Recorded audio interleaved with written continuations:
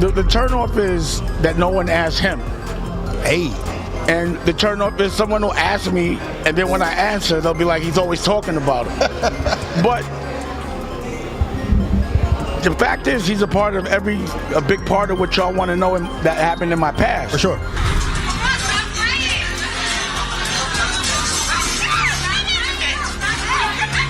What's the most painful moment in your life? When Aaliyah died. Okay.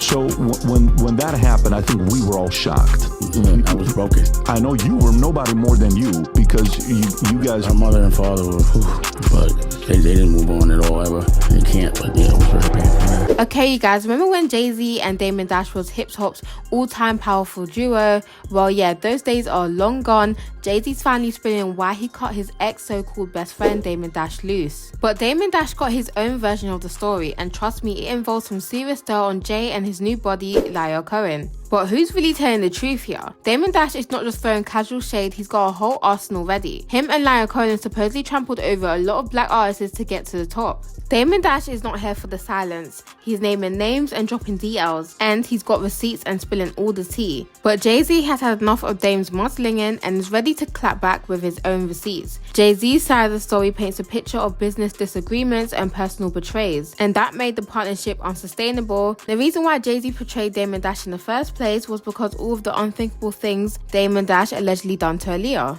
Now let's rewind all of this to where it all began in 1995. Now picture this, Jay-Z hustling and selling CDs from his car, knocking on every major label's door and getting nothing but rejection. Now that's when him, Damon Dash, Kareem Berg decided to take things into their own hands. They quickly locked down a distribution deal with Priority Records in 1996. Then Jay-Z dropped his debate album titled Reasonable Doubt. It really blew up. They were on the top of the world, making hits after hits and stacking paper. Roc-A-Fella was popping off. They were working with the hottest producers of all time like Swizz Beatz, Timbaland and Jermaine Dupri. But here comes 2000, Jay switched things up, bringing in a new lineup of producers including Kanye West, the Neptunes and Just Blaze. Roc-A-Fella was signing new talent left and right, like Cameron, Freeway and a squad of young Philly rappers, who later formed State Property. But 2002, the whispers started, trouble was brewing between Jay and Dame. Was this the end of the iconic duo? Both denied any beef, but insiders said Jay was annoyed by Dame's media antics,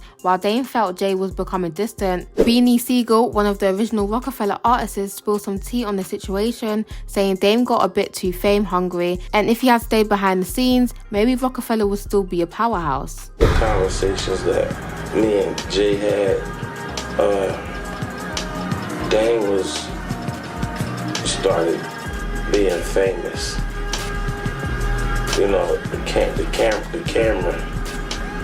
He fell victim to the camera. You know, you're liable to say anything. You could beat anybody. Or I think if Dame would have played the role as Kareem Burks did, Kareem, and just played the background and just handled the business correctly,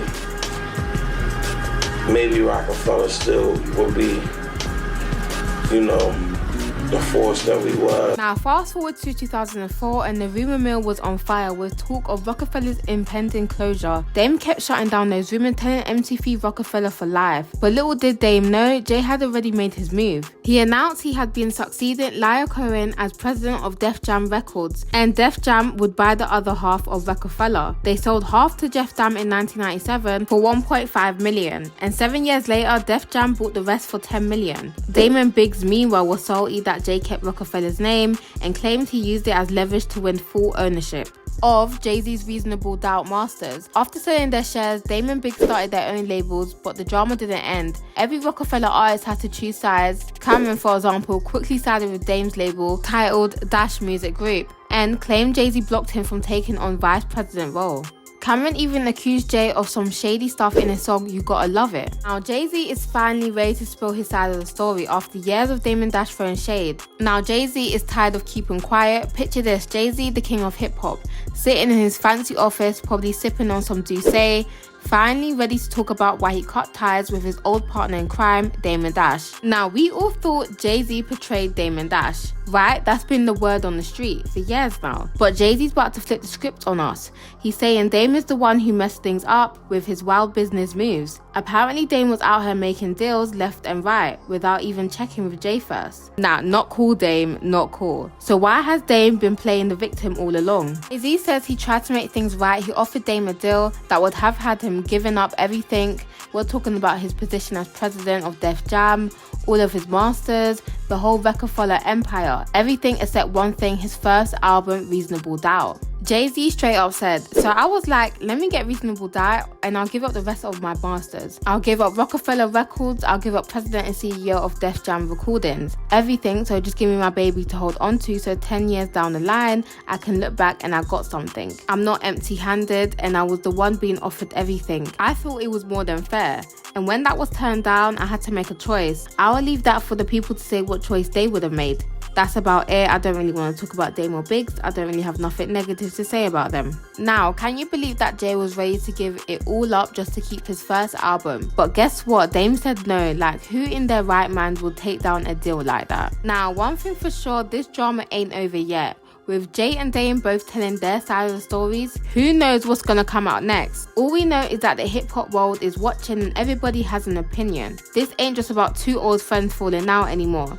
It's about the whole culture and what it means to make it in this industry. So what do you guys think? Are you Team Jay or Team Dame? Share you guys' thoughts down below. Make sure you guys like, comment, subscribe, and I'll talk to you guys next time. Bye!